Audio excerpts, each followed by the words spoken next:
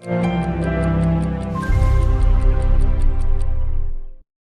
final thing I'll just say in terms of just thinking about the convalescent plasma. I mean, we really need to look to see what was going on with some of these bureaucrats with the response in terms of COVID, with how they treated things like hydroxychloroquine.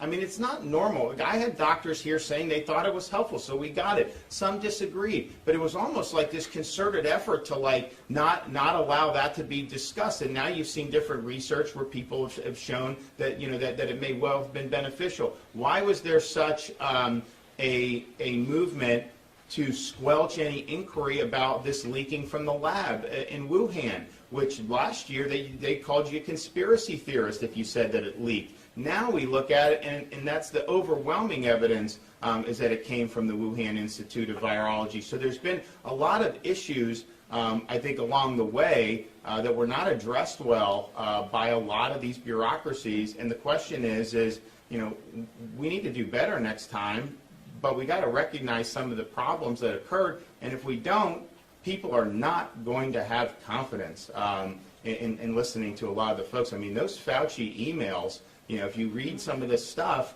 and how different that was than what he was saying in public, really is, I think, very, very problematic. And it's not, I know we get into these political stuff with some of this stuff in the here and now, and that we should, that's fine. But I mean, thinking long term, that is not the way we want to be doing it. We should not be sending money to China to do this gain of function research. I mean, this is just something that is creating super viruses in some lab that's very much involved with the Chinese military and intelligence.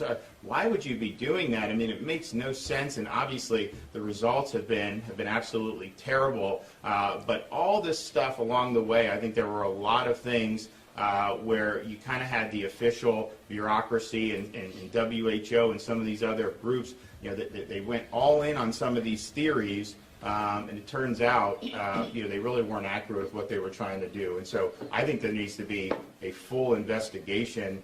We need to identify the origins of this virus, but then we also have to have an evaluation of some of the response from the levels of the bureaucracy, because I think even today, we see issues, with CDC. Some of the studies they're putting out, people literally will debunk it like an hour later after just reading it. And that's not something that inspires very much confidence for the American people. Thank you, everybody. God bless.